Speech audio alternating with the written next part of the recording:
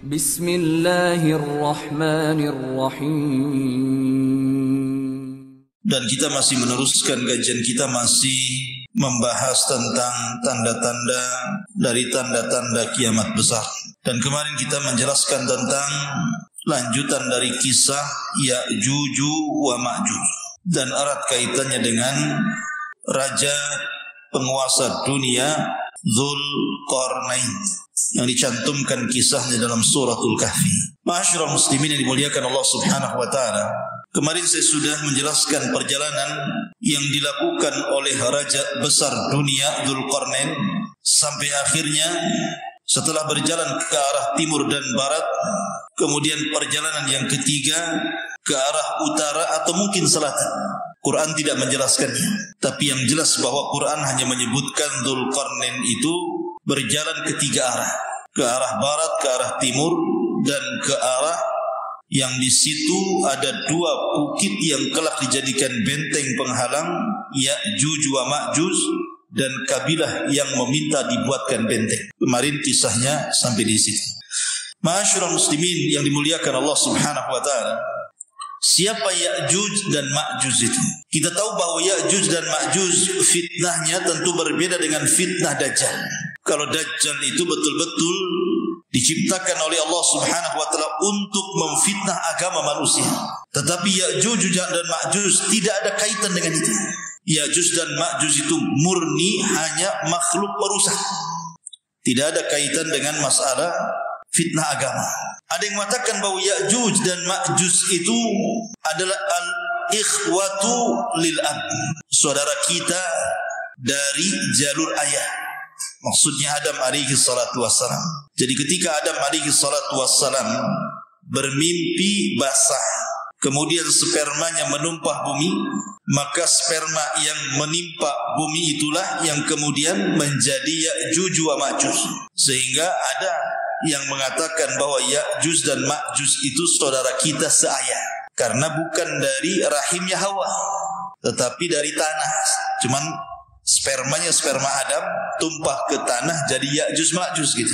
Tapi jelas pendapat ini sangat bertentangan sekali, karena kalau seperti itu berarti Ya'juj dan Ma'juj itu punya keistimewaan. Sebagaimana Isa tercipta tanpa ayah, kemudian Hawa tercipta tanpa ibu, maka Ya'juj Ma'juj nanti sekedudukan dengan Hawa. Mustahil kalau pendapat ini dibenarkan. Maka pendapat yang kuat wallahu alam bahwa Ya'juj wa Ma'juj adalah keturunan Yafis ibn Nuh alaihi salatu wassalam. Kita tahu bahwa Nuh alaihi salatu wassalam itu kan memiliki 4 putra. Yang satu kafir namanya Kan'an, yang kemudian mengikuti agama ibundanya, dan istrinya Nuh kafir. Tetapi yang 3 mukmin mengikuti agama Nuh. Syam yang merupakan bapa bagi bangsa Arab, terlahir dari Syam ini banyak kalangan para nabi dan rasul. Kemudian ada Ham. Dari Ham ini lahir orang-orang yang berkulit hitam. Kemudian yang ketiga ada Yafis. Dari Yafis ini lahir banyak kabilah, salah satunya adalah Ya'juj dan Ma'juj. Jadi Ya'juj dan Ma'juj itu keturunan Yafis putra Nuh alaihi salatu wassalam. Itu yang benar. Dia manusia sama dengan kita. Tetapi Allah Subhanahu wa taala berikan usia yang panjang. Dalam pengasingannya Ya'juj dan Ma'juj itu, karena mereka tidak bisa keluar sebab benteng yang menghalang mereka untuk keluar, Allah berikan usia yang panjang. Artinya bahwa mereka akan semakin banyak jumlah mereka dan populasinya di balik dinding yang dibuat Dzulqarnain itu. Sehingga jumlahnya saking banyaknya tidak ada yang tahu kecuali Allah Subhanahu wa taala. Makanya ketika Allah Subhanahu wa taala menjelaskan tentang banyaknya jumlah mereka, Allah katakan dalam surah Al-Anbiya ayat 96, hatta idza futihat Ya'juj wa Ma'juj wa hum min kulli hadabin yansirun. Sehingga apabila benteng Ya'juj dan Ma'juj itu sudah dihancurkan, maka mereka akan datang seperti air bah yang turun dari ketinggian. Saking banyaknya Ya'juj dan Ma'juj itu sehingga tidak bisa dihitung berapa jumlahnya. Bahkan ketika Nabi Allah Adam alaihi salatu wassalam berdialog dengan Allah Azza wa Jalla dan mengatakan, ya Adam bi'tha ahli nar, wahai Adam, utuslah dari turunanmu para penghuni neraka. Adam alaihi salatu wassalam kaget karena di antara turunannya ada yang akan menjadi penghuni neraka. Kemudian Adam bertanya kepada Allah Azza wa Jalla, apa maksudnya? Maka Adam alaihi salatu wassalam kaget ketika Allah mengatakan, keluarkan dari 1000 keturunanmu 999 masukkan mereka ke dalam neraka dan 1 masukkan ke dalam surga. Jadi di setiap 1000 orang 999 masukkan ke neraka, 1 masukkan ke surga. Yang dimaksud 99 itu maksudnya dari Ya'juj wa Ma'juj dan 1 dari kita. Jadi perbandingan angkanya, kalau seseorang itu hendak melawan Ya'juj dan Ma'juj itu 1 lawan 999 Ya'juj dan Ma'juj. Kira-kira menang gak kalau kelahi 1 melawan 999? Gak akan menang. Keroyok 10 orang itu udah mati. Ini 999, antum sendirian. Makanya Nabi SAW mengatakan, innakum taqulun la aduwa lakum. Ketika kaum muslimin berada di atas puncak karir mereka karena mereka sudah menguasai bangsa Arab, Mekah dan Madinah dan sekitarnya, maka para sahabat dikira sudah tidak ada perang lagi. Apalagi setelah tragedi Fathu Mekah, mana lagi mau diserang? Maka Nabi mengatakan, innakum taquluna la aduwa lakum. Kalian katakan tidak ada musuh lagi bagi kalian. Kata Nabi SAW, wa innakum lan tazalu tuqatiluna hatta ya'tiya Ya'juj wa Ma'juj iradul wujuh sigharul uyun wa min kulli hadabin yansilun ka'anna wujuhahum al-mujalul mutraqah. Kata Nabi SAW, kalian sangka kalian tidak memiliki musuh lagi? Tidak. Bahkan kalian akan senantiasa berperang sampai datang kepada kalian Ya'juj dan Ma'juj.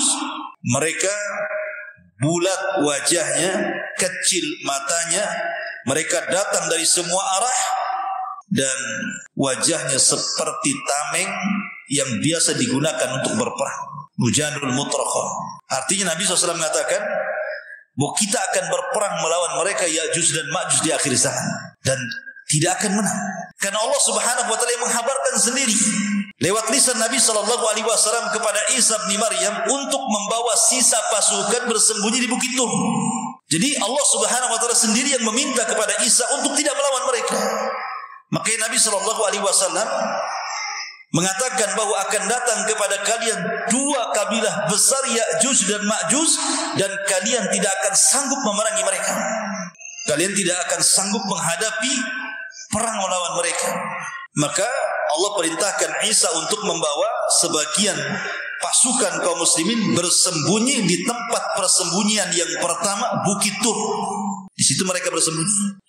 Ketika Ya'juj dan Ma'juj tidak ada lagi yang melawan mereka.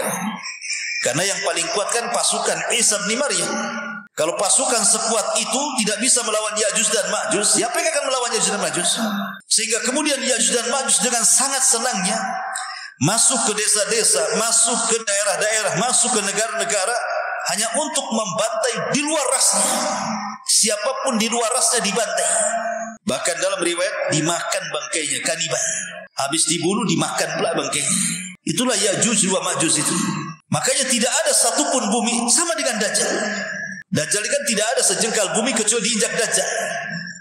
Maka Ya'juj Ma'juj juga sama. Bumi ini dipenuhi oleh mereka. Dipenuhi oleh Ya'juj dan Ma'juj itu. Sehingga fitnahnya menyebar seantero dunia. Masyarul muslimin yang dimuliakan Allah Azza wa Jalla.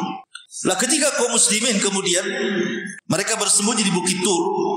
Kemudian Ya'juj dan Ma'juj terus mereka memerangi, membunuh dan membantai manusia. Mulailah kemudian tampak kesombongannya. Ya'juj dan Ma'juj sombong karena sudah mengalahkan siapapun yang di luar rasnya. Akhirnya kemudian ketika mereka sudah merasa bahwa sudah memerangi semua orang yang ada di bumi, maka mereka mengatakan qatalna qatalna man fil ardi sanaqtuluhu man fis sama.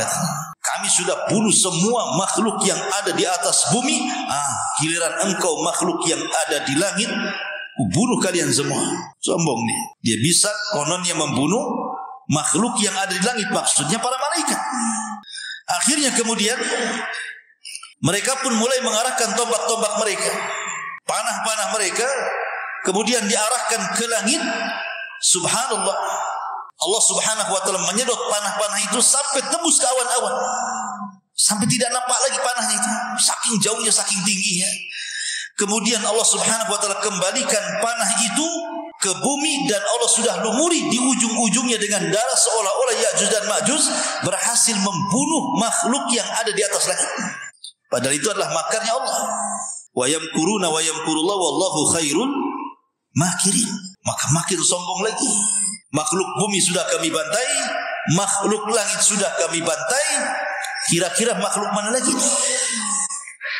Akhirnya kemudian Nabi Isa bin Maryam pun kemudian berdoa kepada Allah subhanahu wa ta'ala. Kemudian setelah berdoa kepada Allah subhanahu wa ta'ala agar Allah memberikan pertolongan kepada mereka. Subhanallah, ada yang tertibkan.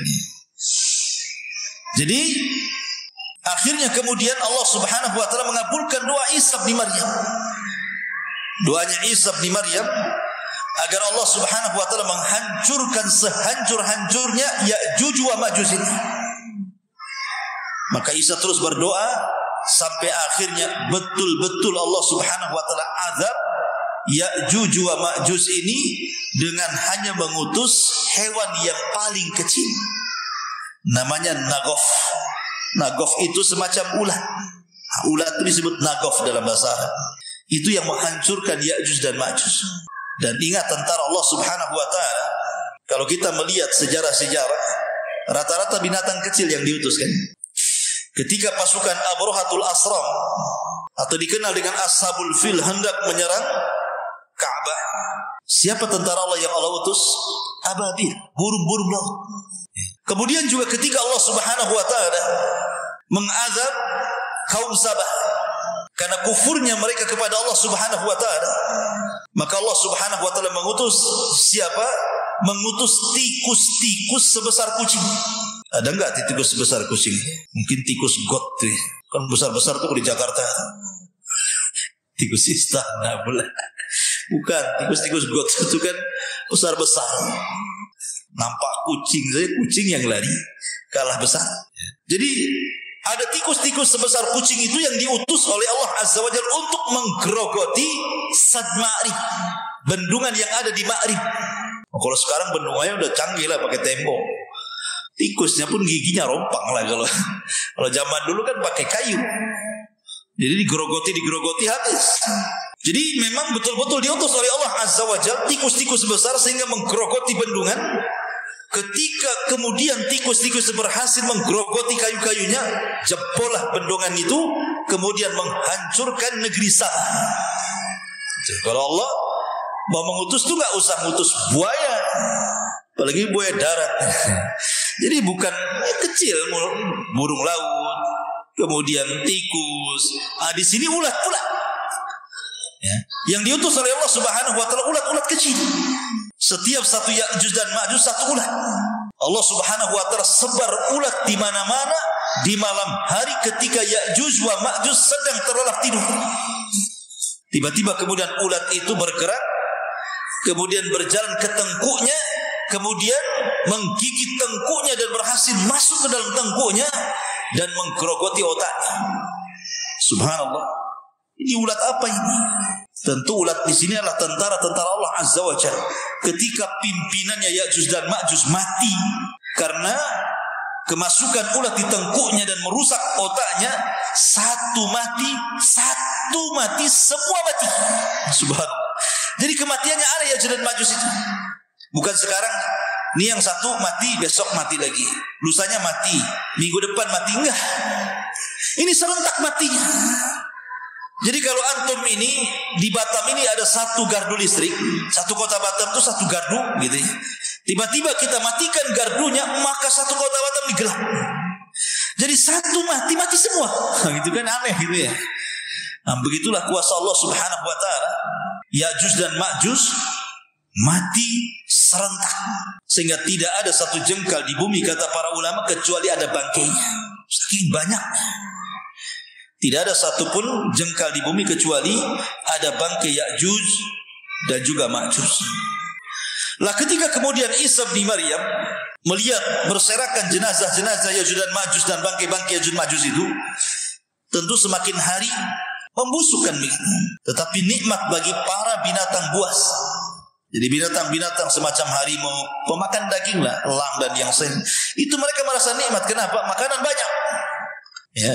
Jadi jasad-jasad Ya'juj dan Ma'juj itu karena tidak ada yang dikubur sehingga menguntungkan binatang-binatang buas sampai mereka dimakmurkan dengan memakan jasad-jasad Ya'juj dan Ma'juj.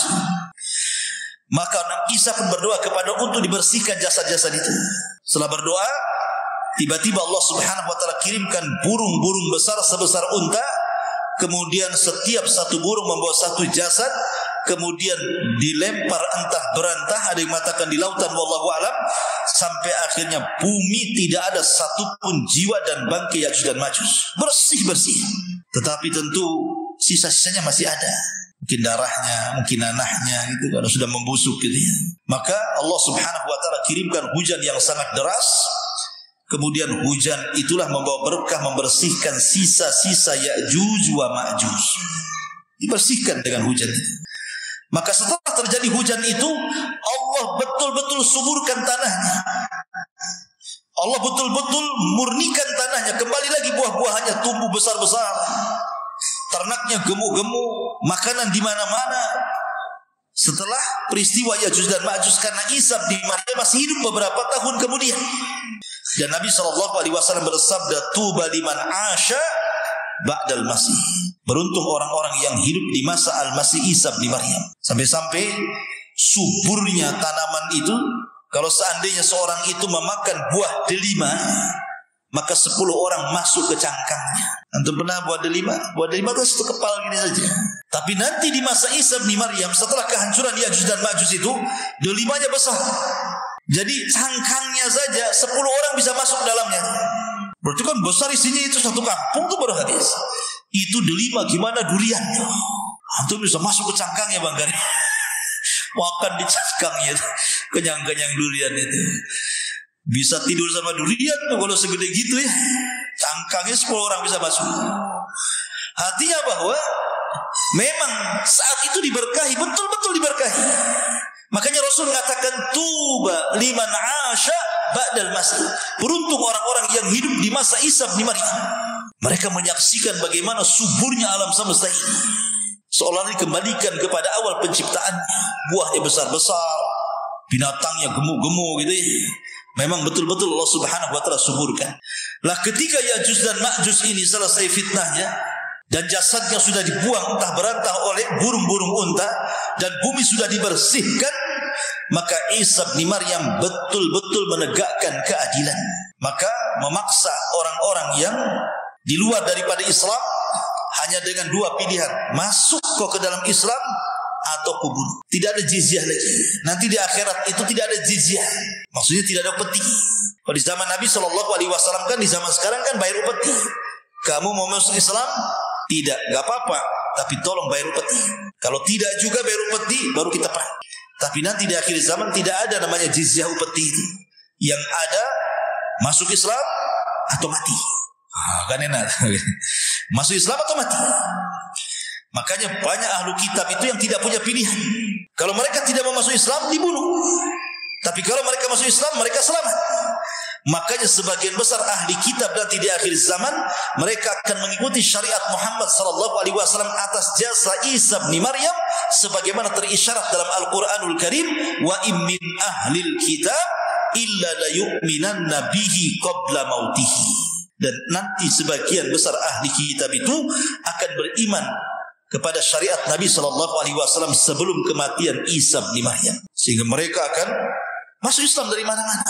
Ahli kitab itu, karena Isa mengikuti agama Nabi, secara otomatis orang-orang Nasrani atau Yahudi mau tidak mau mereka harus mengikuti ajaran nabinya, karena Isa nya surat di belakang Imam Mahdi untuk menunjukkan bahwa setiap kaum itu ada amirnya. Masyarul muslimin yang dimuliakan Allah Subhanahu wa taala. Ada sebuah hadis yang tercantum dalam Sahih Bukhari dari Zainab bintu Jahsin. Nabi SAW bersabda, "Wailun lil arabi min syarri qad iqtarab." Kata Rasul, celaka bagi bangsa Arab, keburukan telah mendekati mereka. Ini di zaman Nabi.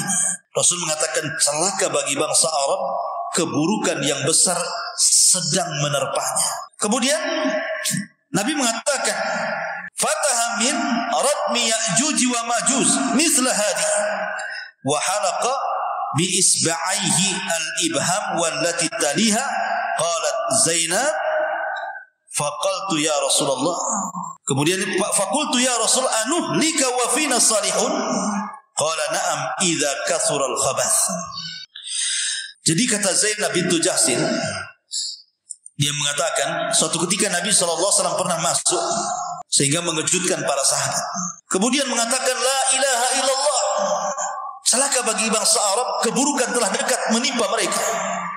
Kemudian kata Nabi SAW, sungguh telah terbuka sedikit dari benteng Ya'juj wa Ma'juj. Kemudian Nabi melingkari jempolnya, kemudian menggabungkan dengan telunjuk dan membuat lingkaran seperti ini. Kata Nabi SAW, bentengnya Ya'juj dan Ma'juj di zaman Rasul sudah berhasil dilubangi seperti ini, sebesar ini. Jadi mereka bisa ngeker tuh dari luar, dari dalam keluar itu. Itu di masa Nabi tuh. Bagaimana di masa sekarang kan gitu ya?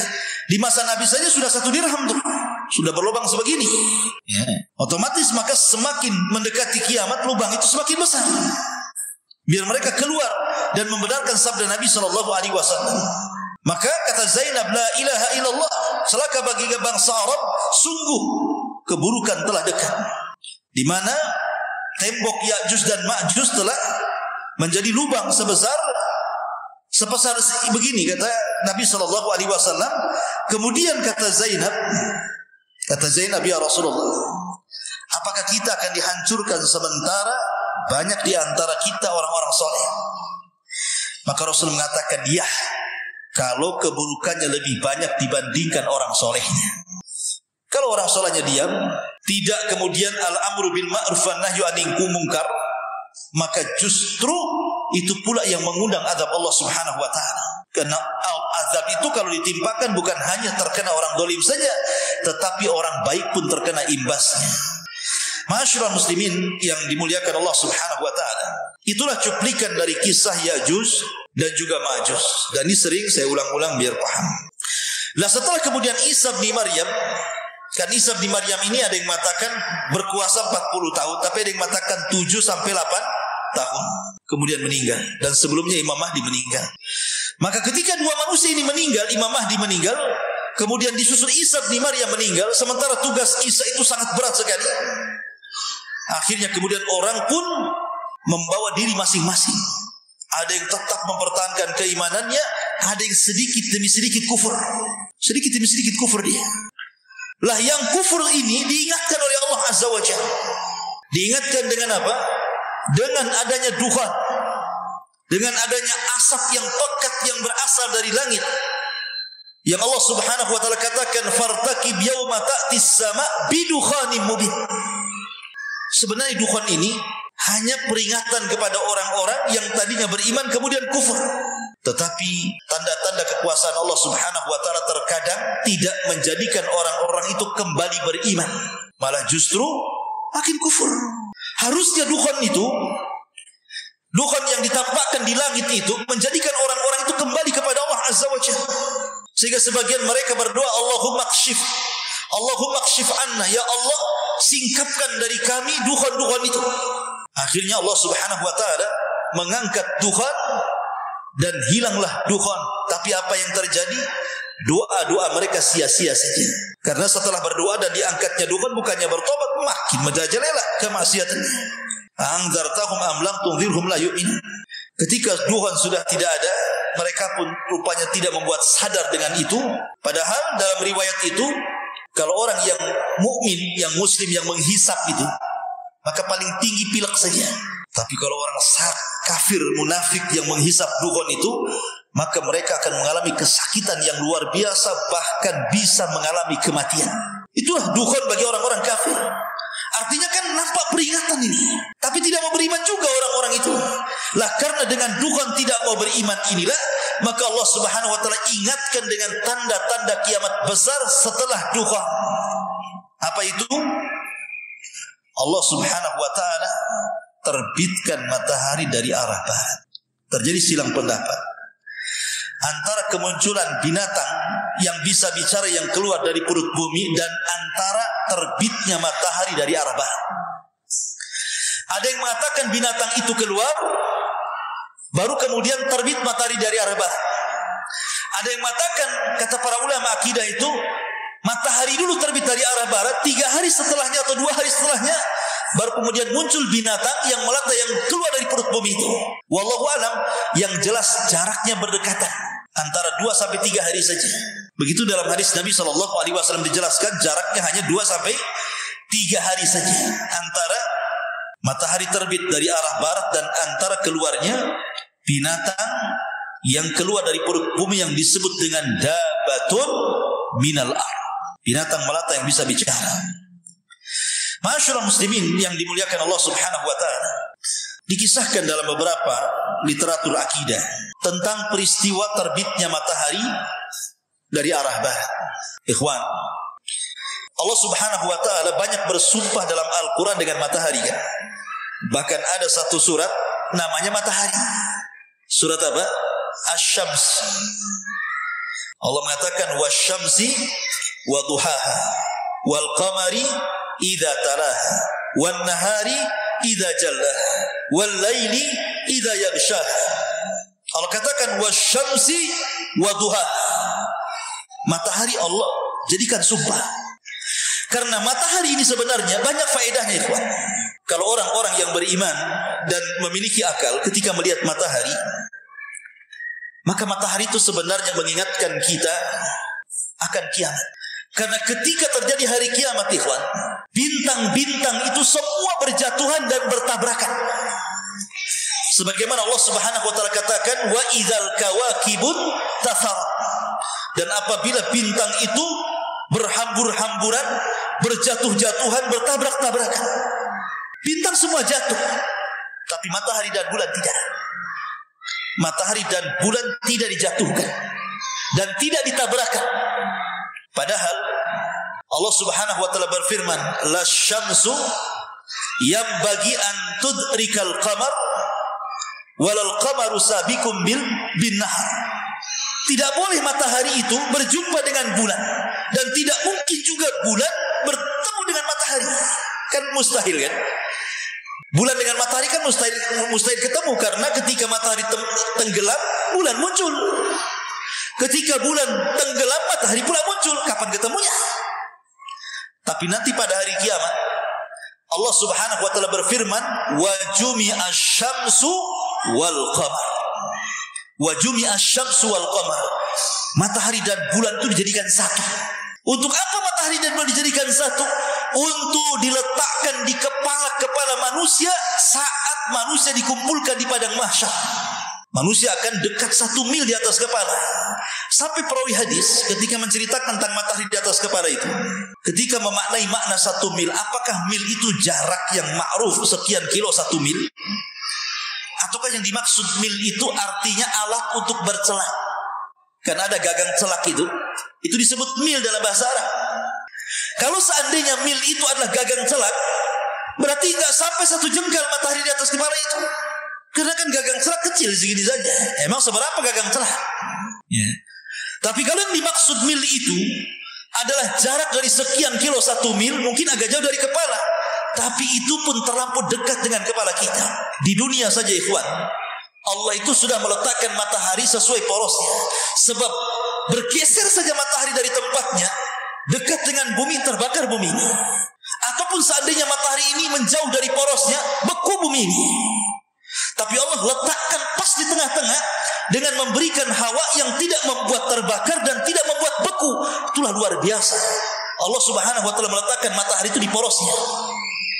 Tapi nanti pada hari kiamat, matahari ini akan datang kepada Allah Subhanahu wa taala untuk meminta izin diterbitkan dari arah barat. Hadis Abu Hurairah radhiyallahu anhu, ketika Nabi SAW bersabda, "Atadruna aina syamsu?" Kalian tahu kemana matahari pergi, kata Rasul. Kata sahabat, "Allah wa Rasulullah alam." Rasul, Allah dan Rasulnya yang tahu. Kata Nabi, sesungguhnya matahari itu ketika terbenam, maka dia akan naik menuju Allah Subhanahu wa taala. Kemudian sujud di bawah arasy-Nya. Hampir-hampir Allah tidak mengizinkan dia untuk terbit dari arah timur dan disuruh terbit dari arah barat. Dari sini menunjukkan bahwa matahari itu tidak mengelilingi bumi. Maksudnya begitu. Matahari tidak mengelilingi bumi. Matahari itu menghadap Allah setiap hari. Sujud di hadapan Allah di bawah arasy-Nya.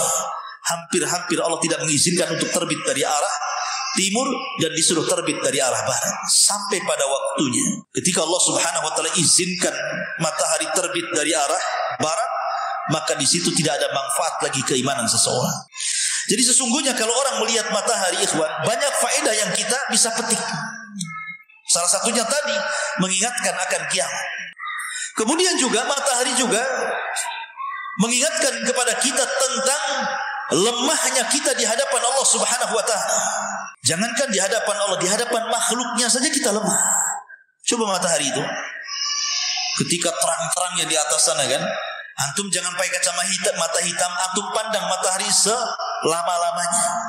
Kira-kira apa yang terjadi dengan mata antum itu? Bisa mengalami kebutaan, ikhwan. Ya kan? Menunjukkan kita lemah di hadapan matahari. Kita nggak kuat loh.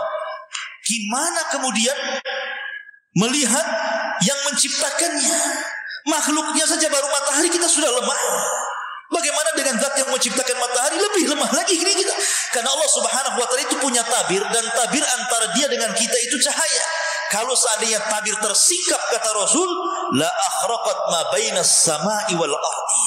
Satu langit satu bumi akan terbakar semuanya. Itu kalau Allah, itu baru hijabnya. Baru hijabnya itu, baru penutupnya. Sudah membakar antara langit dan bumi. Dari sini ma'asyiral muslimin yang dimuliakan Allah Azza wa Jalla, bahwa salah satu faedah matahari itu adalah menunjukkan kelemahan kita di hadapan Allah Subhanahu wa taala. Kemudian juga matahari ini kalau kita perhatikan, satu di antara tanda-tanda kiamat. Karena di akhir zaman, kata Nabi SAW, itu akan terjadi banyak gerhana dan banyak gempa. Gerhana dan gempa. Karena bahasa hadis itu mashun wa khasfun wa qadfun, kan itu. Akan terjadi mashun, kemudian khasfun wa qadfun. Kalimat khasfun kalau diarahkan ke langit maka menjadi gerhana khusuf. Makanya ada salat khusuf.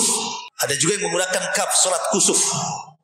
Tapi kalau diarahkan ke bumi artinya gempa.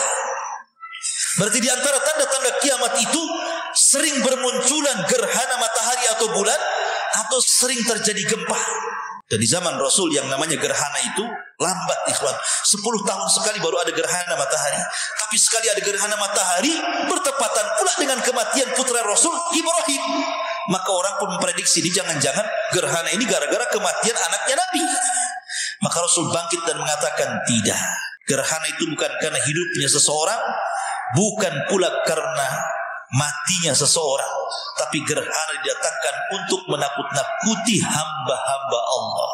Masalahnya yang ditakut-takuti tidak takut, malah selfie pula dengan matahari, selfie dengan bulan. Yang ditakuti tidak takut nih masalahnya.